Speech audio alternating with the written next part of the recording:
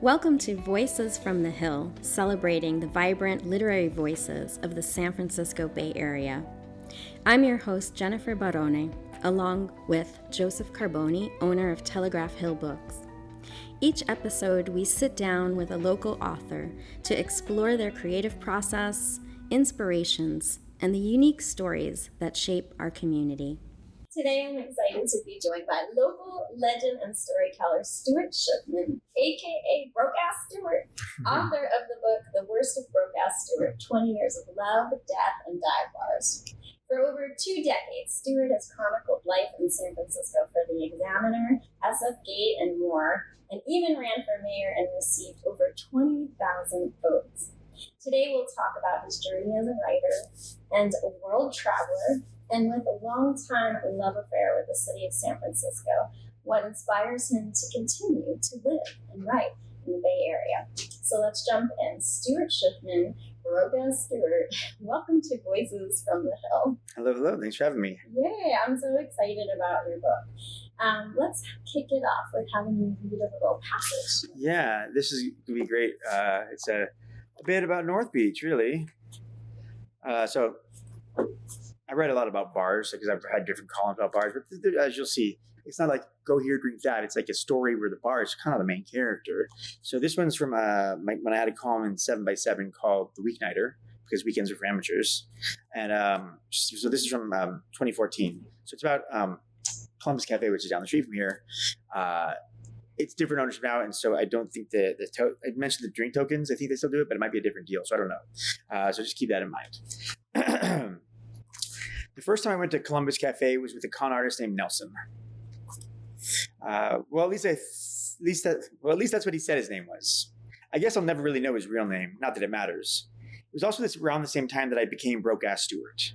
This was in the early 2000s. I was 22 and working at Z Chocolado, the candy store down the street and around the corner from Columbus Cafe.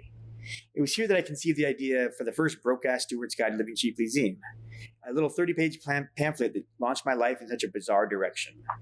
Nelson was my manager at the candy store, and one night, after rotating the taffy, wrapping up the fudge, counting the register, sweeping the floor, and locking up, we went to Columbus Cafe. Alfonso came with us. He and Nelson were co-assistant managers, or some shit like that. On the walk over, he told me, "Yeah, it's been a while since we went to Columbus Cafe. A few months back, Nelson and I were about to get in a fight with some douchebags when all of a sudden, he reached down and pulled out a gun out of his boot and started waving it around. The place went crazy, and we ran out of there. I haven't been back since." He's a good guy, though. He just gets a little crazy when he drinks. I soon found out that Alfonso also got a little crazy when he drinks. They'd both been in the military, and it seemed every third time I went out drinking with the two of them, there was a point of the night where a fight almost happened. Luckily, Nelson had stopped carrying around his gun by the time I started working at the candy store. Walking into Columbus Cafe that first time, I realized that my relationship with it would be a lot like my relationship with Nelson and Alfonso.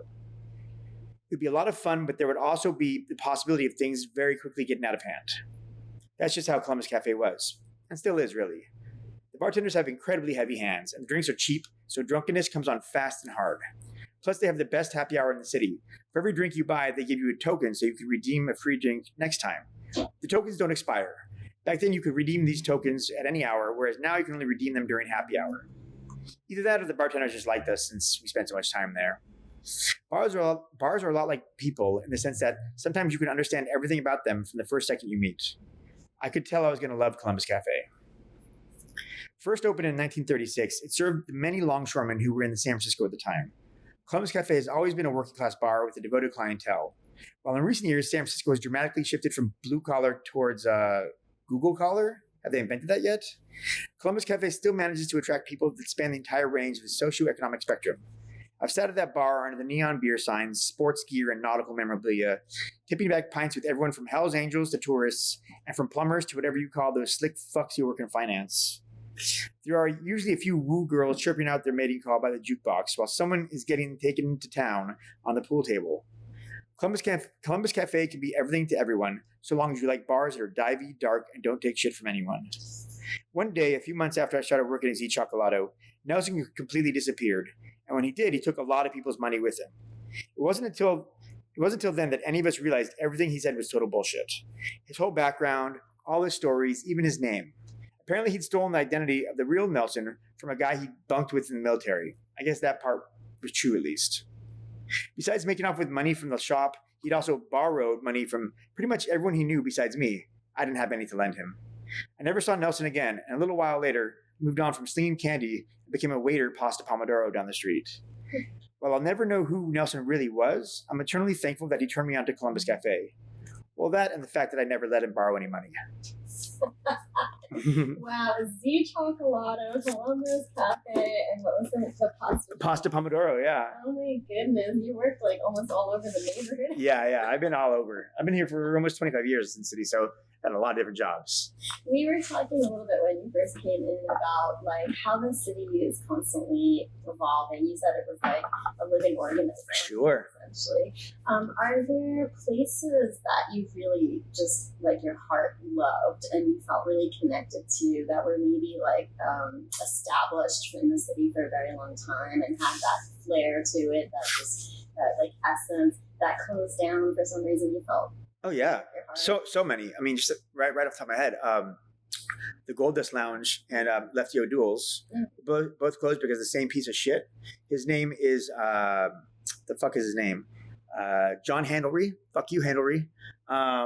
He liked to style himself as the Donald Trump of Union Square. Some fucking guy whose daddy left him all this property, and this piece of shit. What he did is he took these people's families had long-standing relationships. Like the Gold Dust Lounge has been there since the 20s. Lefty O'Doul's had been there since the 1940s or 50s. These were not just legendary places. These were the part of the heart and soul in San Francisco. One of the few places where locals and tourists could get together and hang out drunk and shoot the shit, and people who were visiting could feel what the real San Francisco felt like. And this fucking guy, Lefty O'Doul's is still sitting empty. And then he shut down the Gold Dust Lounge, so like Forever 21 or some bullshit like that could go in there, which isn't even there anymore. So fuck you, Handlery. Union Square, like, can you talk a little bit about Union Square? Because like the last time I went down there, I was horrified. And of course, like it seems to be an area downtown San Francisco that the news, like the national news, keeps like picking up and using as an example to like bash San Francisco. And of course, you're a lover, and I'm a lover, right? But like, talk about that, like downtown area and what's happening for you there. Fox News and that shit needs San Francisco. They need us. They need a punching bag to say, look what these fucking psycho homos are doing, They're coming for your kids and your guns, They need us because they need to continue to scare their readers and their watchers into swallowing their bullshit.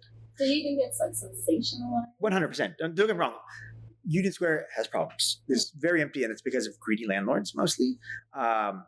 Because and a lot of them are like multinational corporations. They don't care. It's just like a rounding error for them, right? But then the pieces of shit like John Handlery, although he probably won't lose that much because once again there's tax write-offs for losses and whatnot. They're just sitting empty, until they get a bigger buyer and a bigger renter or whatever. But I mean, look, this whole quote unquote doom loop San Francisco thing, it's like this was going to happen anyways because the nature of commerce has changed. Right? Downtown San Francisco was built for 1907. It wasn't built for 2025, right? So this was going to happen anyways. The pandemic just sped it up. The good news is that since it's all happening at once, we have it's an opportunity to rethink things and see what we could do better. First and foremost, what you saw like with downtown with Lower Manhattan after 9/11, they're like, oh shit, maybe this shouldn't just be all like big skyscrapers for fucking finance pros. And they've made it like mixed use. So there's like housing, retail, and offices, right? That's what they need to do with downtown San Francisco is bring in more housing. Because once again, that model of living and working, it was 1907. We need to integrate that. Yeah, well, you ran for mayor and got like over 20,000 votes. Almost 20,000 votes. Almost 20,000 votes, which is, I think, a lot. This is not like, this. Anyway, was this one of the reasons that made you run? Like, what made you get into that arena as a writer? Well, out of all the stupid shit I've ever done, it was probably the smartest. It was a great. I looked at it as like it was an art project. It was political street theater in the best way possible. And the only way I could have actually lost that election is if I had won that election, because then I would have had to be mayor. And like, what would have happened? Yeah, that'd be terrible. Like, what would you have done? Oh, well, Luckily, there's no scandal I could have done that would have been more scandalous than me getting, elected. So, but nobody else, when I got in the mayor's race, nobody else seemed to be running, and like there was no like mainstream candidate or like big candidate. So I was like, this is a perfect opportunity to like use the platform to get the word out about things that need to be talked about that wouldn't be talked about otherwise. And so it was great for that. What did you feel like needed to have a highlight on it? Gentrification, displacement, the human poop on the street. Because, solving homelessness is, we know how to do that. We just need to tax the billionaires, and that's a longer story. But that's also more complicated. But cleaning up the poop is not that complicated. Fucking bathrooms, porta potties, And so some of the stuff that I talked about in my campaign then got rolled out later on, like the pit stop campaign, all that stuff, So I was able to, speak truth to power and do it in a fun, engaging, funny way. Mm-hmm. Yeah, I was talking to Jenny yesterday about this concept of using activism, but creatively. Like, I don't think people think about that a lot of times, like bringing your art into it and making it fun, making it creative in a somewhat subversive way. But if you had to give like some advice to like younger writers who maybe also wanted to make a difference with their work, like what would you tell them? Well, there's the old Emma Goldman quote: "I don't want to be part of any revolution where I can't dance." I might have gotten it wrong, but it's along those lines where it's like, if all you are is this hard-nosed politics all the time, hard-nosed activism all the time, you're going to only attract people who are just like you are, You need to make them laugh. You need to make it fun, because like zealotry gets boring. And so we can still fight for these things while still, make it enjoyable. And that's how you bring more people into it. If all you're doing is putting out content around that, you're going to attract a smaller group. Whereas like if you do things that are more engaging, you bring in more people that can then get your message. So you developed this persona around Broke-Ass Stuart.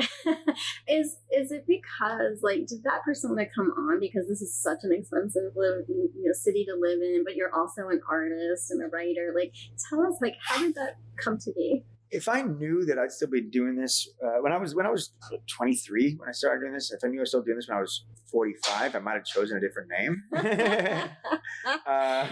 It can be limiting. Like, it's like when people like never heard of it, it's like, oh yeah, this is Broke-Ass Stuart. They're like, why would you say that? He's right in front of you, And with my website, we have a lot of advertisers when we're lucky, and if you're not familiar with it, you're like, the Ford Motor Company, you're like, why would I want to advertise with something called Broke or Ass? So it's a complicated, I've got a love-hate relationship with the name, but it's very catchy. People remember it.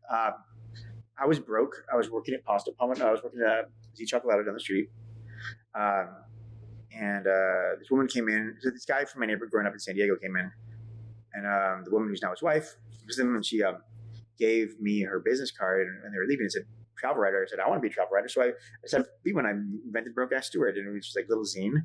And, it was just like a thing. I was broke. Everybody I knew was broke.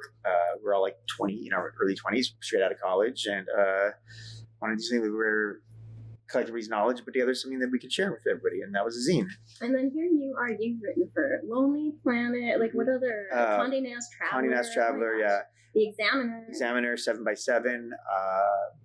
God. So you went from that zine to like all the major travel publications. Yeah, I mean, I did. That industry's changed a lot, but yeah, I became a travel writer. And had my own travel television show in 2011. I had my own line of travel books. It's funny. I accomplished. It's weird when you accomplish most of what you want to do by the time you're 30, and you're like, "Fuck, I still got to work in a restaurant." I still got to bartend. Is that an aspect of because the city is just like so overblown in terms of like food is expensive, housing is expensive. Like, it's hard for an artist to live here. So there is this niche that you're serving where you're advising essentially like the up and coming artists. Yeah, it's weird because like I've been doing this for a long time. I decided a long time ago to live a creative life, and it's a shit way to make a living, but it's a good way to make a life. And I forgot where I was going. Well, I wanted to ask you, like, what's the broke-ass wisdom that you live by every day? Like what is guiding your life as an artist here? It's hard. I think you just decide to do it. You commit to it, and like, I mean, at this point, what else am I going to do? When you devote yourself to a creative life, and making a living that way, you realize there's peak years and plateau years. The peak years are years I put out books or had my television show or ran for mayor, right? And then there's plateau years, which are the years afterwards where you're building up to the next peak. And hopefully each plateau is higher than the previous one after each peak, at least that's what I tell myself. So you have broke-ass goals. Yeah. Like a broke-ass vision board. I have so much I want to do, so much I'm trying to do. I'm always doing side projects too, Yeah, like what's next for you? Like what's next on the horizon? I don't know. I mean, I'd love to do another television show. That was great. I'm working on, there's projects I'm working on that I don't want to talk about because I don't want to like curse myself. Sure, but I mean, keep it under wraps. Yeah, and I also don't want to seem like I'm selling wolf tickets either, Right. But I mean, the past decade I did 2014, 2015, we did a live variety show that was kind of like a David Letterman show called The Time to Late Show with Broke-Ass Stuart. Also here in North Beach, it was a Doc's Lab, which no longer exists, and which was could potentially be political now with people like Jimmy Kimmel getting axed. Yeah, comedy's always political and like late night shows. We had, our guests were like Boots Riley, Carrie Byron from MythBusters. It's a pretty big guest. It was a great show, but then we lost steam because we just never could make any money. And then I ran for mayor, and then so and so. But it was great while we were doing it. Maybe we should bring it back. And then 2019, I did a web series called Shaky Ground, which was kind of like a Portlandia for San Francisco. And then the pandemic happened. That was that. I'm really good at making things, and I keep waiting something to stick so I can continue making things and make a little bit more. I don't need to be greedy. I just want to make a little bit more money, just enough so it's not so stressful. You don't want to be totally broke. Yeah, for fuck's sake, If you're a rich person, can you buy Broke-Ass Stuart for me? Give me just a couple $1 million. I'll be cool, man. Like I saw an Instagram post that you posted recently, and somebody, I just started dying laughing, but like one of your probably friend readers was like, man, you're still broke. Like, time to move out of San Francisco. Years ago, so 2020 was my 40th birthday, and it was the middle of the pandemic, and so we did a roast. Lovely, very funny people came and roasted me online. We did online and the whole thing, and one of the funniest is Nato Green, local comedian. He said one of his bits was, he goes, "I've never seen someone try to sell out so hard and fail so miserably as Broke-Ass Stuart." This is very funny. Well, now we talked about that you're married now. It's been true. a few years. Congratulations. Thank you. But like I've always wanted to ask you, and curious, like how it was like having the title Broke-Ass Stuart. Like how did that land with the ladies in San Francisco? Well, luckily I'm locally famous, so it helps. If it was just some rando, like who the fuck is this guy? But literally, I'm sure like most women that I met on the dating apps and all that stuff, most of them already knew who I was when we connected, and it's so funny because dating has changed a lot. Like I said, I'm 45, so like I met like all my serious girlfriends before my wife Kyla. I met them like in person. Like I met my first serious girlfriend on the bus, the 71 bus here in San Francisco. That story's in this book, in the chapter about love and lust. Met her on the bus in San Francisco, and then I met two other girlfriends at concerts in Golden Gate Park. And then I met my wife on Bumble, of all places. It's kind of crazy. Maybe you should write a book about like broke-ass dating tips. Like, so yeah, if somebody had a budget, right? They came here, they're in their 20s, they're struggling artists. Like, where would you tell them to like go out on a date? Like, take someone out on a date, like get a nice meal. I mean, it's very expensive. Yeah, to have a meal here. You could just like grab a bottle of wine and put together a little picnic and go to a park. Oh, that's romantic. Grab a couple bottles of wine and then go on a walk afterwards. Like that little drunk meander. Do you have like a like recommendation for a restaurant though, like where you feel like you could go to this restaurant, and you'll get a lot for your money? Yeah, I mean, there's there's a bunch of Yamo down in the Mission's great. I mean, it's like two ladies in a walk, it's like maybe 7 seats, but it's fantastic. It's been there forever and it's so cheap. And you don't get an ambiance, but you're not paying for ambiance anyways. You're paying for good, cheap food. And then you can go from there and wander up, if that's at Dolores Park or to a bar or whatever, There's still some great places that are inexpensive, And you write a lot about dive bars, it seems to be, and you're having your book release party at Kilowatt Bar. Yes.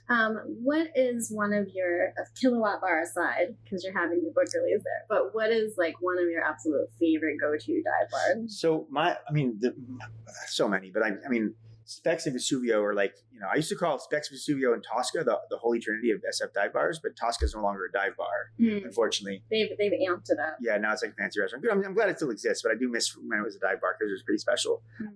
There's a bullet hole in the back wall. Have you ever noticed that? Would not surprise me at all. I'm like, what's the story around that? Well, I have to find Jeanette and ask her. So she doesn't own it anymore, but Jeanette was a character. True story. Years ago, right before Jeanette sold the place or left, and then it turned over to the restaurant that it is now. I was sitting there. She's a pistol, man, with a friend of mine, and we're having drinks with her, like the short end of the bar. And this guy walks up to her and says, he's like, sorry to interrupt you all, but like, this is my favorite bar. Whenever I'm in town, I come here. I come in town from such and so. Thank you for this bar. And she goes, leave me the fuck alone. Can't you see I'm talking to my friends here? Yeah, she was a character. She's around still. I think I haven't seen her in years though. Yeah, I mean, Specs and Vesuvio, like, I jokingly, my wife and I joke that like a euphemism, like, oh, I'm going out North Beach means I'm getting fucking hammered, because like there's so many great bars here. It's still like, it still feels like a real neighborhood. It's small, it's compact. You walk around, you see everybody. I got a lot of friends over here who work in bars. They own restaurants or shops, cafes, yada. And it's a great neighborhood and good place to drink. I'm originally from Brooklyn, New York City, and we of course like have so many amazing dive bars there. But one thing that I distinctly felt was different from coming from New York to San Francisco is the type, like, characters, people who are just like straight up original characters, whether that be the way they dress, the way they live their life, like really crazy creative people that are just out there completely with everything. People walking around naked. Yeah. What is it? And you spent some time living in New York and wrote a book about New York. The difference between those two cities, like, yeah, what do you feel is like the core difference? New York is the best city in the world, I think. As far as what a city does and how a city functions, it should be. There's nothing like New York. I've been in 30 countries, I've been in 30 states. There's nothing like New York City. I don't want to live there anymore. I prefer here. This is a better place to live, I think. But as a city there's nothing like New York. I'm going there on book tour soon. I cannot wait. When I moved back from New York in 2008, I would say it's different now, but I would say New York, it's sink or swim. In San Francisco, it's okay to float. But that's not the case anymore, because now San Francisco is just as expensive as New York. But this was a different time and a different world, really. But I mean, just the intensity. New York is full of type A people. I'd say Brooklyn runs at San Francisco. San Francisco runs at Brooklyn speed. Oh, I love Brooklyn. I love Brooklyn. My life in New York is in Brooklyn, pretty much. But Manhattan runs at a different speed than everything else. But Brooklyn runs at the same speed as San Francisco, I think. There's a lot of crossover. There's a lot of people who live one place, move to the other, back and forth. But there's characters in New York too. Plenty. You ride the subway and you will see the characters. I mean, one of the things I miss most about New York is the subway system. I don't know what the ride is now. Is it $3 now? Maybe $2.50 still. You can take all the way from fucking JFK to Harlem. Or you can get anywhere on public transportation. Yeah. Do you feel like that's limited here in San Francisco? Yeah. I mean, well, we're a peninsula, we're like the little nubby end of the peninsula. So San Francisco itself is okay. But like, if you want to, if we were a mega city like Toronto or New York or London, where we absorbed the other things around us, and the Bay Area was a mega city, we'd be failing at our transit, because like there's so much NIMBY bullshit. And, like if you look at the original BART plans, they wanted to go to Marin. But they're like, fuck no, we don't want brown and black people in Marin, We need a better transit in general. I think most places need better transit. I think LA is kind of also along those same issues. It's coming along, though. I mean, I used to have to rent a car in LA when I go there. Now, I don't own a car. I've owned a car since 2003, right? I don't have to rent a car in LA anymore between like Uber and Lyft and stuff, or the subway, buses. What I'll do now, oftentimes I might take a car down to the subway from my friend's place and then take the subway where I got to go and walk the rest of the way in LA. But pretty soon, because of the either World Cup or maybe they're getting the Olympics from that, they're finally connecting the subway in LA to the airport, to LAX, which is it's obscene they haven't done that yet. Yeah. Because they've been working on that for 30 fucking years. But like they're finally, doing that, which is a game changer. So LA still is terrible for traffic, and transit, but it's coming along. But if you go back and watch Who Framed Roger Rabbit, the subtext is the killing of the mass transit in LA and making way for cars. And that literally happened. LA in the 1930s, it was some of the best mass transit in the world. And then the concrete companies for the streets and the rubber companies and tire companies and the automobile companies, they bought up the public transit and they buried it. And to create the fucking hellscape that it is driving Los Angeles now. That happened all over America, you know, but we should have, I mean, they keep working on this bullet train here in California, which I hope happens. Like a high-speed train between here and LA, like, would be so great. We're still waiting 15 years or something. Yeah. Oh yeah. It's, who knows? It's funny. I saw this great meme that I showed the other day. It was like, it showed like, this like map of like what a high-speed rail network in the United States could look like. Yeah. And it said, if Tylenol really caused autism, this should be America. And it was fucking perfect.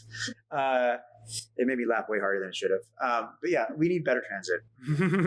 Well, let's go back to the characters that live in San Francisco. Like, what are some of the most out there, original, like creative characters that you run into living here? You gotta say Frank Chu, man, the 12 Galaxies guy. It's funny, actually, in my my second zine, and maybe even my San Francisco book, I don't remember, it's a long time ago. I had a little insert section where it was like, it was a I Spy of like San Francisco characters. I wish I had my one of those with me, but there was definitely Frank Chu. Mm-hmm. There's Joseph, who dresses up like Emperor Norton and gives tours. Who was the original Emperor Norton? For those who don't know, was the original San Francisco weirdo from like the 1850s. There's there's so many. He's a historical like character. Yeah. There's so many weirdos. It's great. I mean, there's Ant-Man. He not Ant-Man like the cartoon character or the comic book character, but like this guy Ant. He's like a Japanese American guy, I think. Yeah, and then he has like he wears his hair up in little antlers, or what are they called? Not antlers, antenna. And back in the day, Murrio's up in in Upper Haight, used to be covered in his caricatures back before they redid Murrio's. The only decoration for that shitty dive bar, which was amazing, was Christmas lights, and then just hundreds of these caricatures. Is this Murrio's cigar bar? No, it was Murrio's trophy room up in Upper Haight, right by Amoeba.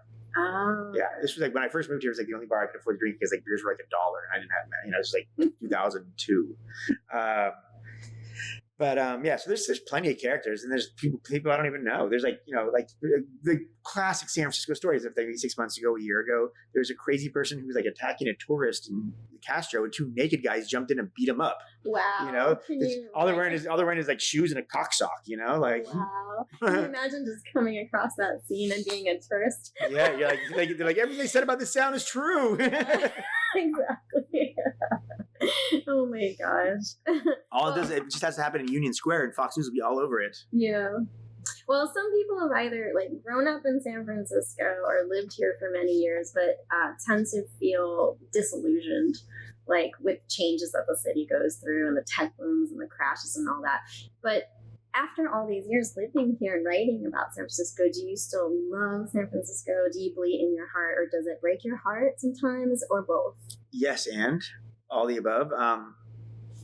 This book's broken up into chapters: San Francisco, bars, love, death, different things. What is the death part about? People die.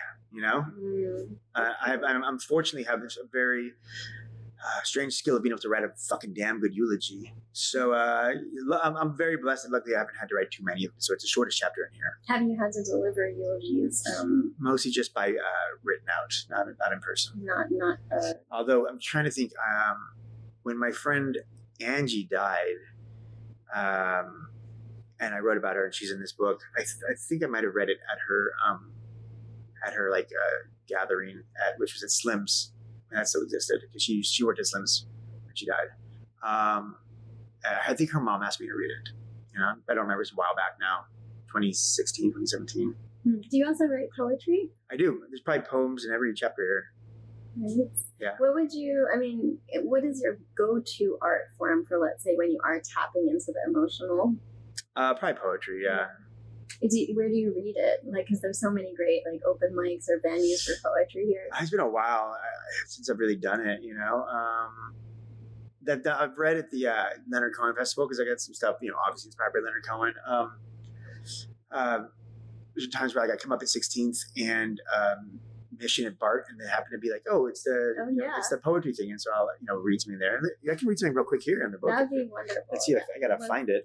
The one thing I forgot to put in here was a table of contents. So it's a hunt and peck and find. Also, some of the friends at 16th and corner of 16th and Mission have also started this Coit Tower Poetry Club. Are you familiar with that? So that sounds like a lot of walking. Yeah, there's a hike that is added into this poetry reading, but it's first Fridays. Usually after all the other readings have finished, everybody goes up to the top of Coit Tower and reads up there. That's great. It's awesome. Yeah. Yeah, it's a lot of hiking. I don't know about that. It's a lot of hiking. It's a lot of hiking. It sounds fun though. All right, if you give me a second, I will find something to read. Okay, here's one. Okay. All right, this one was previously unpublished. I wrote this about my wife. Oh. I wrote this year, maybe end of last year. I actually haven't read it out loud, so I might stumble. It's beautiful sharing your life with someone. It's so beautiful sharing your life with someone.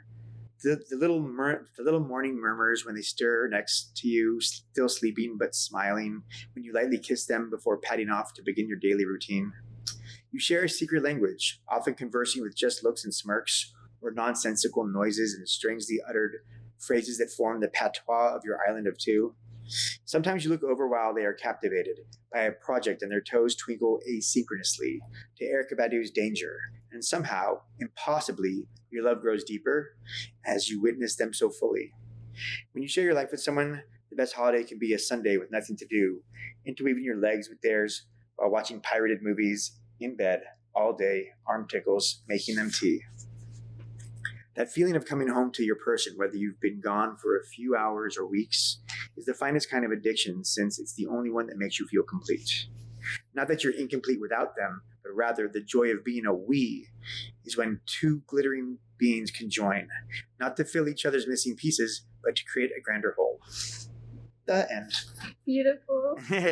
Thank you.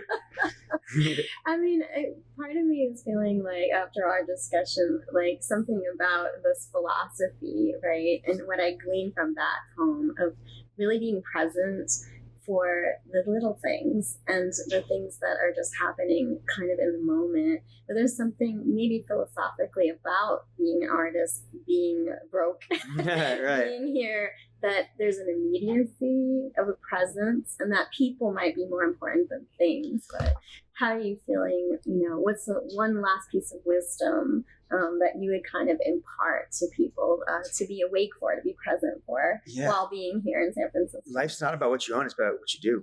Mm-hmm. The things you do and how you live. And how you make people feel. Mm-hmm. How do you make people feel, Broke-Ass Stuart? I think pretty good. I think so. I hope so. Thank you so much for being here and sharing your book. I got a release party coming up. Yes.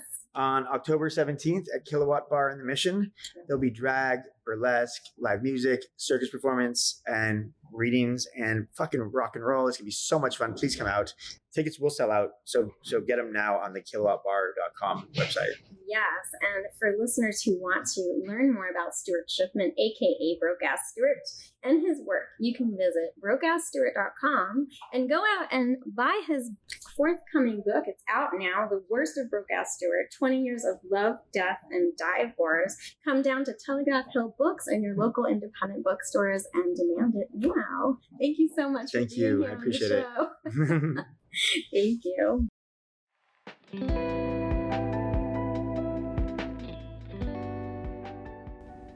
This podcast is brought to you by Telegraph Hill Arts and Literature. If you enjoyed today's episode, please follow, subscribe, and leave us a review. Visit tellhighlit.org to find out about our local events such as author talks, writing workshops, and more. Consider making a donation to support our public programs. If you're a Bay Area author interested in being on the show, we'd love to hear from you. Reach out to us at submissions@tellhighlit.org. Thanks again for tuning in. I'm Jennifer Barone, along with Joseph Carboni at Telegraph Hill Arts and Literature, and this has been Voices from the Hill. Until next time, keep reading, keep writing, stay inspired, and come visit us at Telegraph Hill Books in North Beach, San Francisco.